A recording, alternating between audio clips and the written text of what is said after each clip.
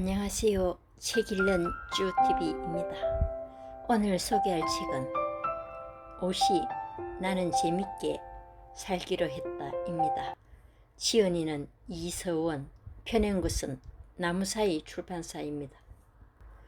저자는 연세대학교 사회복지학과를 졸업하고 동대학에서 석박사 학위를 받았다. 공공기관과 휴먼 서비스 기관에서 가족관계 향상 및 분노 조절을 주제로 직담 상담과 강의를 하고 있다. 이 책은 요즘 책들 중에 재밌고 감명 깊게 읽었습니다. 저자는 제가 특별히 좋아하는 작가이기도 합니다. 지금부터 책 속으로 들어가 보겠습니다. 타인에게 관대하려면 나에게 먼저 친절해야 한다. 잠자기 전에 쓰는 일기가 두 권 있다. 한 권은 감사일기고 다른 한 권은 배움일기다. 감사일기는 그날 있었던 가장 기분 좋았던 일 하나를 쓰고 거기에 관련된 사람이나 상황에 무엇이 감사한지를 적는다. 그러면 기분이 좋아진다. 배움일기는 반대로 그날 있었던 기분 나빴던 일 하나를 쓰고 그 일로 내가 배운 것이 무엇인지를 적는다. 감사일기는 금방 쓰지만 배움일기는 시간이 좀 걸린다. 기분 나빴던 사건에서 배울 점을 찾기란 쉽지도 유쾌하지도 않다. 그러나 반드시 배울 점이 있다. 다른 사람이 나에게 무례했다면 그 사람을 통해 내가 사람들에게 예의를 갖춰야 함을 절실하게 알게 되었다고 적는다. 그러면서 나는 누구에게 무례한 적이 없었을까 돌아본다. 감사일기는 나를 행복하게 만들고 배움일기는 나를 겸손하고 성숙하게 만든다. 두 일기를 쓰고 나면 내가 얼마나 복이 많은 사람인지 알 수 있다. 또한 내가 배움을 좋아하고 스스로 성장시켜 나간다는 사실이 확인돼 흐뭇한 마음으로 잠자리에 든다. 마지막으로 나에게 편지 쓰기는 20년 가까이 하고 있다. 편지는 사랑하는 서원에게 서원아 요즘 고생이 많다 같은 말로 시작한다. 사랑하는 연인에게 쓰듯 친절하고 부드러운 어투로 쓰고 말미에는 꼭 격려하고 칭찬하는 말로 마무리한다. 그래 이번에도 잘할 줄 알았어. 장하다. 이렇게 편지를 다 쓰고 나면 괜히 코끝이 찡해진다. 이렇게 꾸준히 나에게 친절하다 보니 자연스럽게 다른 사람에게 친절한 나를 발견한다. 행복한 사람은 남을 괴롭히지 않는다. 말하는데 돈 드나요? 불화로 상담실을 찾는 부부의 대화를 관찰해보면 대화할 때 서로를 기분 나쁘게 하는 말 습관을 가지고 있다. 좋은 말을 하는데 돈 드는 것도 아닌데 서로에게 좋은 말을 하는데 인색하다. 속상하게 하는 말은 어디서 배우지도 않았는데 귀신처럼 알아서 척척한다. 그 결과 못 살겠다 이혼하자는 지경에 이르곤 한다.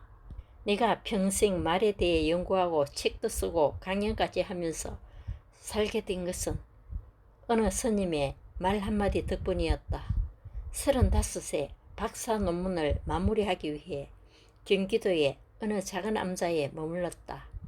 암자에 자주 오던 노 스님이 한 분 계셨다. 그분이 다른 스님과 다른 점이 하나 있었는데 그것은 말이었다. 공양주 보살님 스님들의 음식을 차려주고 맛을 물어보면 음식이 뛰어나지 않아도 노 스님은 언제나 극찬했다. 이 맛은 하늘에서 내려온 맛이라. 노 스님은 감탄을 연발했고 그 소리에 보살님은 한껏 기분이 좋아져 스님에게 물도 정성껏 드리고 차도 좋은 것으로 내오곤 했다. 나는 속으로 이 음식이 정말 그렇게 맛있단 말인가 의문이 들곤 했다. 그러던 어느 날 보살님이 잣죽을 끓여 내놓았는데 내 입맛에도 싱겁고 맛이 없었다. 죽을 입에 넣던 노스님이 한마디 했다. 보살님, 죽이 좀 싱겁다. 스님 이게 다 스님 건강을 생각해서 그런 거예요. 그래 맞아요. 보살님 말씀이 맞아요. 보살님의 반박에 노스님은 바로 인정했다. 부엌에서 보살님이 나간 후 스님은 나에게 당신의 죽을 좀 먹으라고 했다. 나는 속으로 딱 걸렸다 싶었다. 스님 솔직히 죽이 맛이 없지요. 그동안 보살님이 만든 음식이 정말 맛있었던 게 아니었지요. 그런데 어떻게 스님은 늘 이 맛은 하늘에서 내려온 맛이라고 말씀하셨어요. 그러자 노스님은 빙그레 웃으시며 천천히 말씀하셨다. 말하는데 돈 드나요? 나는 스님 말에 뒷머리를 쾅 하고 맞은 것 같았다. 한 번도 그런 생각을 해본 적이 없었다. 말하는데 돈이 드는 것도 아닌데 마치 비싼 돈이 드는 것처럼 그동안 얼마나 좋은 말을 아끼고 참아왔던가. 스님의 말은 짧았지만 울림이 컸다. 입을 벌린 채 멍하게 있는 나에게 스님이 일화 하나를 더 들려주었다. 어느 보살님으로부터 식사 대접을 받았어요. 식사를 마치고 계산하러 나가는 보살님을 보고 내가 말했어요. 걸어다니는 꽃이라. 그 말에 보살이 멈칫하더라고요. 그러고는 그 일을 잊었어요. 그런데 다음에 어느 날 그 보살님께서 큰 돈을 보내셨어요. 놀라서 보살님께 전화해서 이게 무슨 돈이냐고 물었더니 그 답은 이러했단다. 스님, 그거 걸어다니는 꽃값이에요. 나는 노스님의 이야기를 듣고 난 후부터 누군가에게 대답하거나 말할 때 말하는데 돈 드나야 하고 스님이 귓가에서 속삭이는 듯 했다. 바르게 말하는 법은 수도 없이 보고 배웠지만 스님처럼 좋게 말하는 법을 제대로 배우거나 본 적이 거의 없었다. 좋은 말은 좋은 관계의 재료였다. 말이 좋으면 관계도 좋을 수밖에 없고 말이 나쁘면 관계도 나쁠 수밖에 없다. 인격이 언격이고 언격이 인격이다. 부부 사이에 절대 하면 안 되는 말. 20년 가까이 결혼 생활을 하면서 내가 아내에게 가장 마음을 많이 쓴 것은 예쁘게 말하는 것이었다. 배우자에게 말을 예쁘게 하면 사랑받는다는 것은 동서고금의 변함없는 진리라고 믿기에 아내에게 예쁘게 말하는데 많은 에너지를 쏘았다. 시험에 자주 출제되는 문제가 있듯이 내가 아내에게 자주 하는 문장 몇 가지가 있다. 첫 번째는 당신이니까 이 정도 하지라는 말이다. 아내는 이 말을 아무리 들어도 진리하지 않는 것 같다. 사람이 신과 다른 점은 완전하지 않다는 데 있다. 그래서 사람은 자신에 대해 불안한 마음을 늘 가지고 있다. 그것은 혹시 내가 못하면 어떻게 하지? 라는 걱정으로 자리 잡는다. 계란 후라이 하나를 만들어도 이게 맛있게 잘 되었나? 염려되는 게 사람 마음이기에 가장 듣기 싫은 마음. 겨우 이것밖에 못해서라는 말이다. 그러지 않아도 걱정하는 사람에게 이 말을 하면 폭탄을 퍼붓는 격이다. 설령 제대로 못해서 이 말을 했다 하더라도 이 말은 듣는 사람을 발끈하게 만든다. 그럼 내가 해보든가 하는 반발심마저 든다. 요리든 일이든 아내가 한 것에 대해서는 당신이니까 이 정도 하지라고 말한다. 이 말에 아내는 불안한 마음이 사라지고 안정감과 자신감을 느낀다. 그리고 그런 마음을 가지게 해준 남편을 고마워하고 좋아한다. 말 한마디로 아내의 사랑을 받는데 하지 않을 남편이 어디 있을까? 두 번째는 당신이 제일 예쁘다는 말이다. 이 말도 아내는 지겨워하지 않는다. 제주도에 출장을 가서 아내에게 전화를 했다. 여보, 이상한데? 왜? 왜 제주도에 당신보다 예쁜 여자가 없지? 아내는 한술 더 떠서 말했다. 거기만 없어? 아, 맞다. 서울에도 없지. 예쁘다는 말은 상대적인 미의 기준이다. 실제 예쁜가, 예쁘지 않는가 보다 훨씬 중요한 것은 남편이 아내를 예쁘다고 생각하고 스스로도 예쁘다고 생각하는 것이다. 그러면 됐다. 같이 사는 남편이 예쁘다 하면 아내는 진짜 내가 예쁜가 하다 어느 순간 예쁘다고 생각한다. 그것이 사람의 마음이다. 반대로 남편이라고 다르지 않다. 세 번째는 내가 복이 많아서 당신 같은 여자를 만났지 라는 말이다.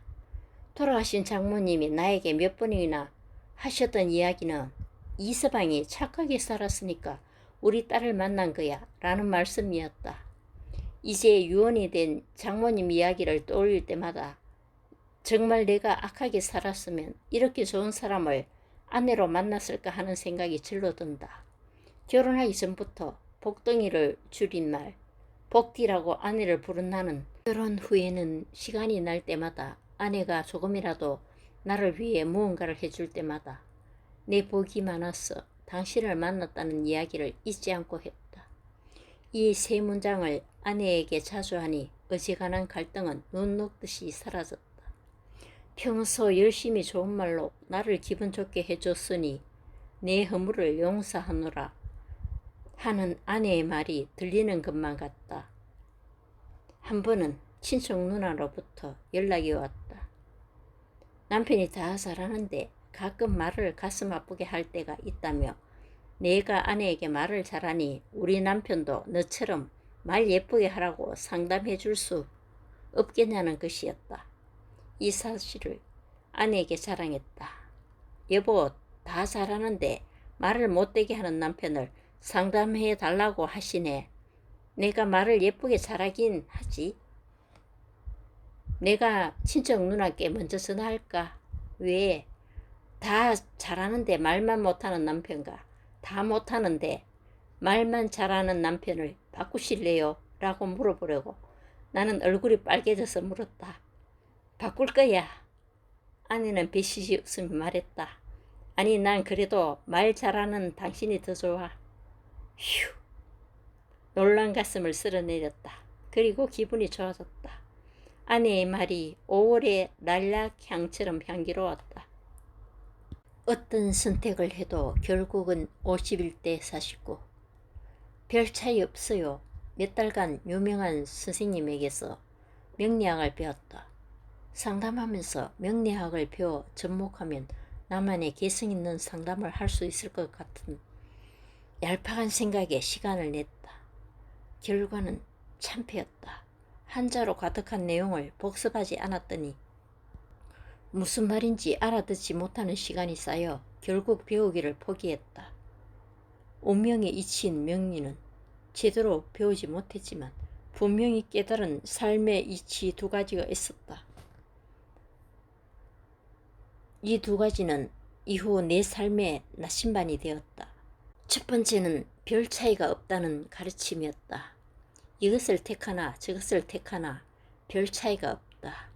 중식당에 가서 짜장면을 택하나 짬뽕을 택하나 별 차이가 없다.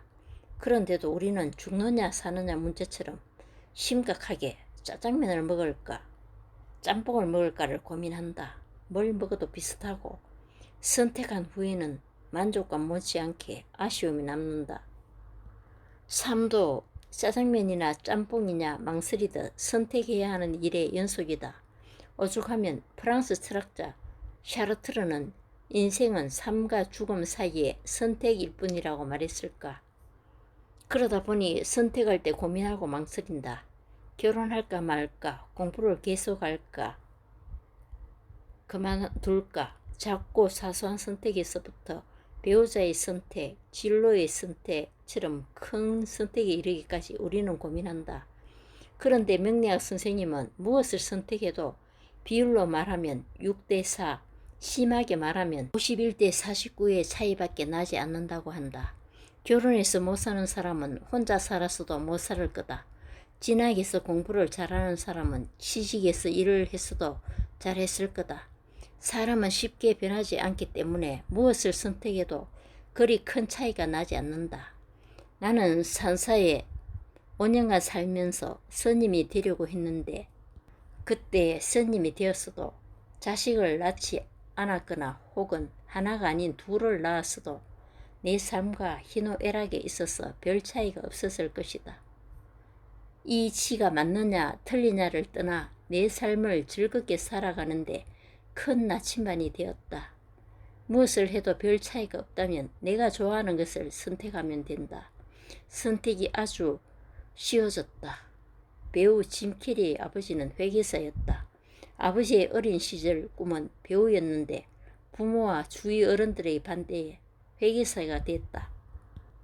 그러나 대공황이 닥쳐 아버지는 일자리를 잃고 시리에 찬 날들을 보냈다. 가난한 어린 시절을 보냈던 짐 캐리는 아버지를 보면서 깨달았다. 어차피 실패할 것이라면 싫은 걸 하다가 실패하는 건 비참하다는 사실이었다. 실패해도 좋은 걸 하다가 실패하는 게 훨씬 남는 장사다. 그는 실패하더라도 자신이 좋아했던 배우의 길을 가기로 결심했다. 각고의 노력 끝에 세계적인 배우가 된 짐 캐리는 다른 걸 선택했어도 그 분야에서 이름을 날리는 뛰어난 성과를 올렸을 것이다. 사람이 다르지 않기 때문에 이 일을 하든 저 일을 하든 그 일에서 이루는 성취 정도는 별 차이가 없기 때문이다. 명리학 선생님에게 배운 또 하나의 이치는 사주와 팔자에 대한 가르침이다. 사람에게 사주는 타고난 운명이라 바꿀 수 없다. 이에 비해 팔자는 팔자를 고친다는 말처럼 사람이 바꿀 수 있는 운명이다. 이 가운데 더 중요한 것은 사주가 아니라 팔자다. 사주가 좋은 사람은 자동차로 말하면 벤츠 사주다. 사주가 나쁜 사람은 자전거 사주다. 아무리 벤츠라도 불목하기 위해 산에 임시로 낸 길 임도로를 다니면 제 속도를 내지 못한다. 사주는 좋은데 팔자가 영 시원찮아 제대로 살지 못하는 것이다. 반면에 팔자를 잘 고치는 사람은 자전거 사주여도 고속도로 내리막길을 가는 팔자가 되어 시원하게 달린다. 이때 팔자는 마음가짐이다. 착하고 좋은 마음을 내어 자신을 대하고 다른 사람을 대하면 팔자가 펴진다. 운명에 같은 길을 내도 다른 사람을 해치고 이득만 취하려는 나쁜 마음을 내면 산속에 임도를 내는 것과 같아 좋기만 한 자기 사주를 깎아먹는다.